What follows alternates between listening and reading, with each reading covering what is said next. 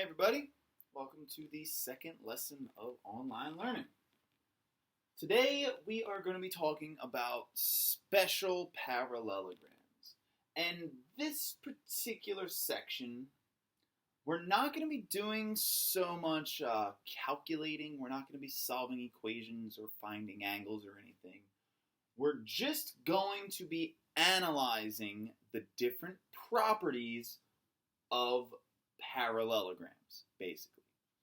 You see the name of this topic is quadrilaterals, special parallelograms. So last time we had gone over a whole lesson just on parallelograms, right? A parallelogram is a special quadrilateral. Remember, what's a quadrilateral? Anything with four sides. Anything with four sides. And we talked about specifically a parallelogram. What makes something a parallelogram is having opposite sides parallel, right? You see the top and the bottom are parallel. You see the left and the right are parallel. The opposite sides are parallel. That's what makes something a parallelogram, right? And we had gone over a bunch of different rules for parallelograms, like the fact that the opposite sides are congruent, right? The top and the bottom would be equal, the left and the right would be equal. We talked about the fact that opposite angles would be congruent. So this angle and this angle are opposite, they are congruent. This angle and this angle are also congruent, right? So opposite sides are congruent and opposite angles are congruent. Oh, and then I messed up over here. This is not supposed to say adjacent angles are supplementary.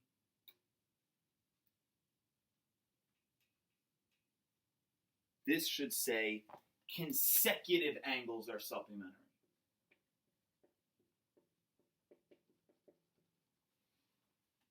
Consecutive basically means that the angles are next to each other. That's why I made the mistake with adjacent. This angle and this angle would be two consecutive angles, right? And these two angles are always going to be supplementary, which means they add to 180, right?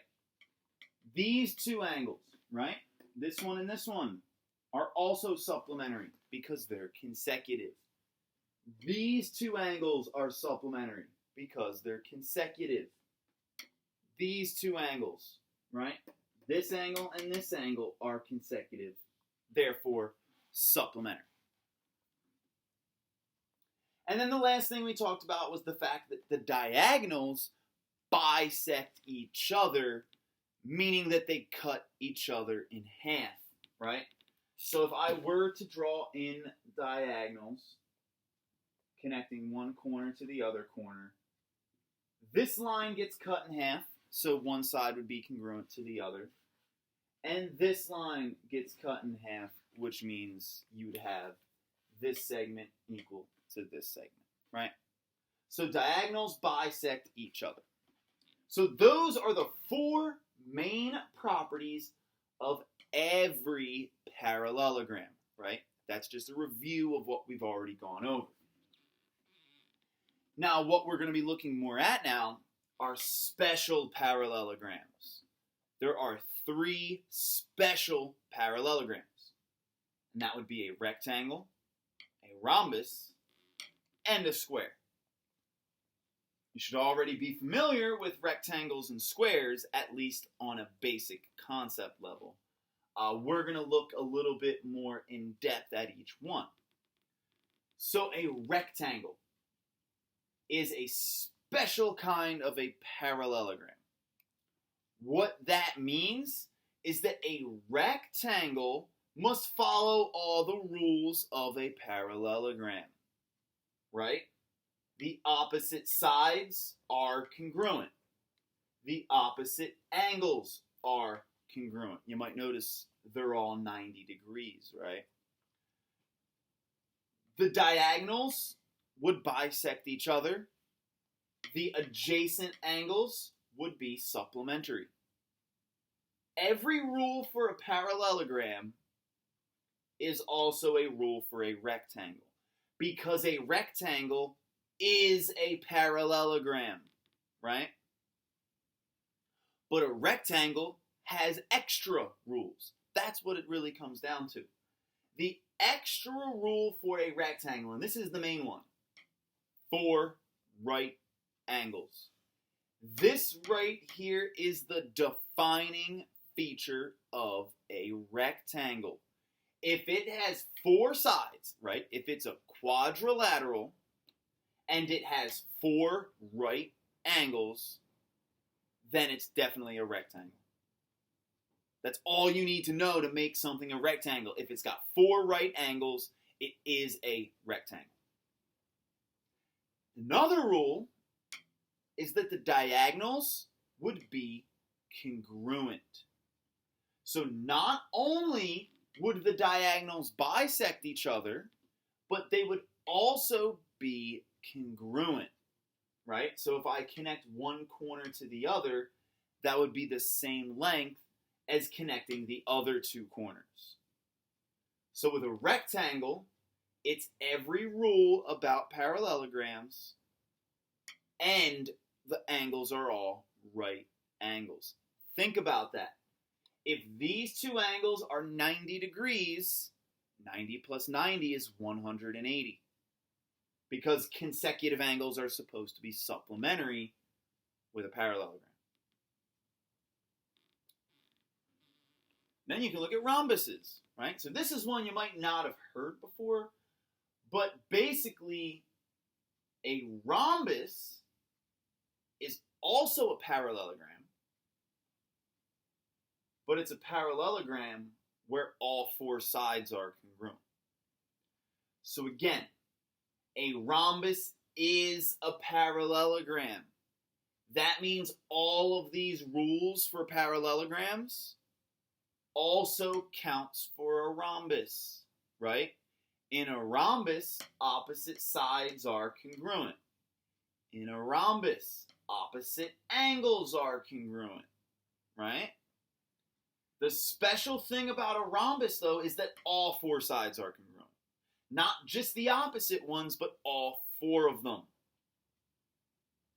Another rule about rhombuses is that the diagonals would be perpendicular. So what that means is if I were to draw diagonals in here, not only would they bisect each other, right? They bisect each other because it's a parallelogram. The diagonals would also form 90-degree angles. But again, just like in a rectangle, the main defining feature is 4 right angles.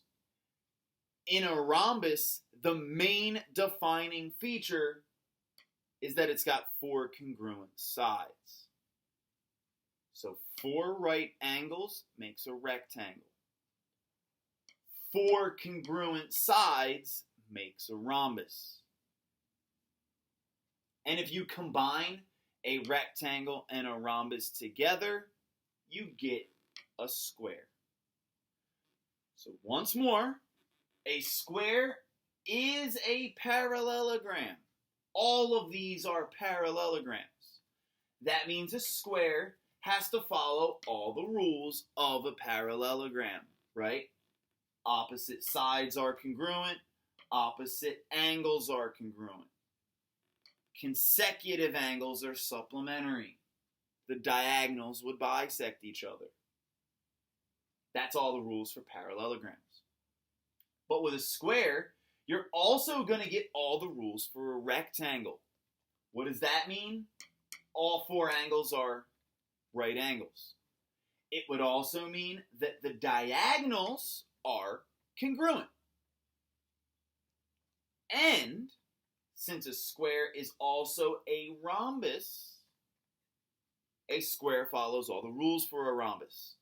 All four sides are congruent, and the diagonals would be perpendicular. So a square is a parallelogram. It's also a rectangle, and it's also a rhombus. So that means I could say something like this. All squares are rectangles, right? All squares are rhombuses. But it doesn't go the other way around, right? You can't say all rectangles are squares. No. I mean, look at this rectangle here. Is that a square? Mm-mm.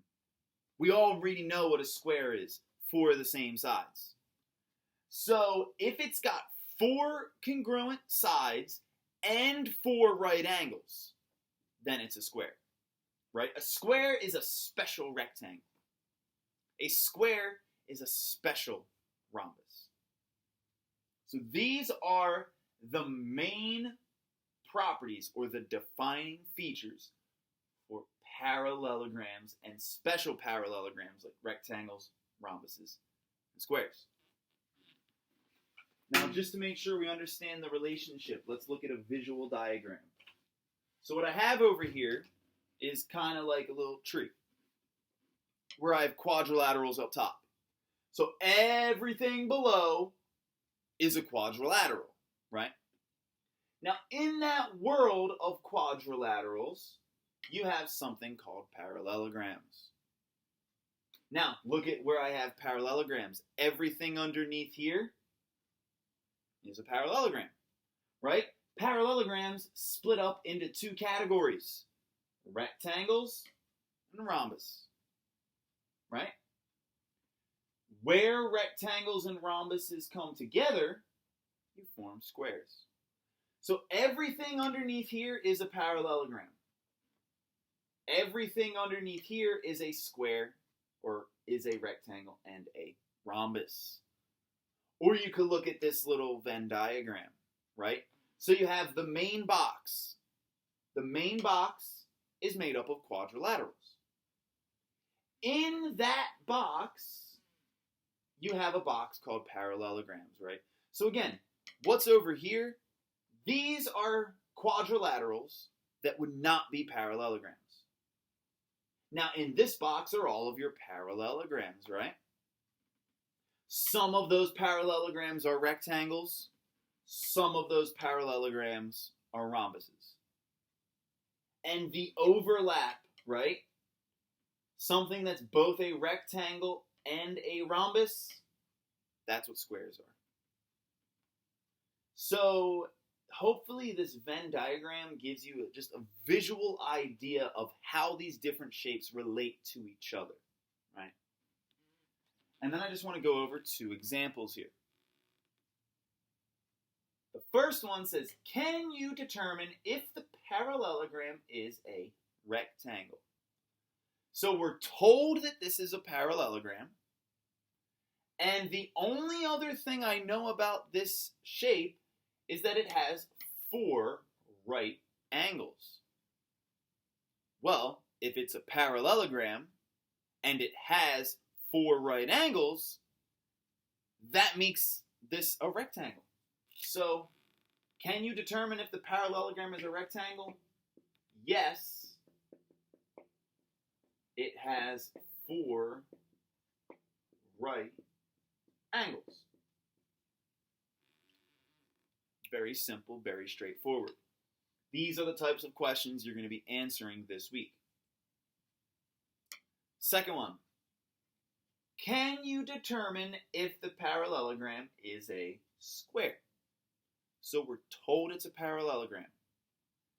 Now look at the only thing we really know here is that this segment's congruent to this segment and this segment's congruent to this segment. So what does that mean? The diagonals are bisecting each other. Now, diagonals bisect each other. That is a rule for parallelograms, right? So if you saw this picture, That's enough information to tell you that this is a parallelogram. And that's it. This does not tell you that it's a square, right? For it to be a square, you would need 4 right angles and 4 congruent sides. So, can you determine if this parallelogram is a square? No. You need 4 right angles and 4 congruent sides.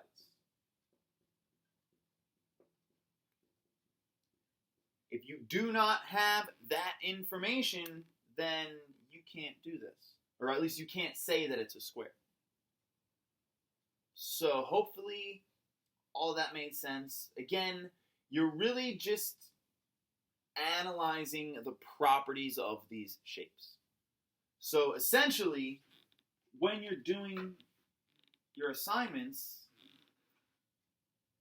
you're basing it all off of this information here, right?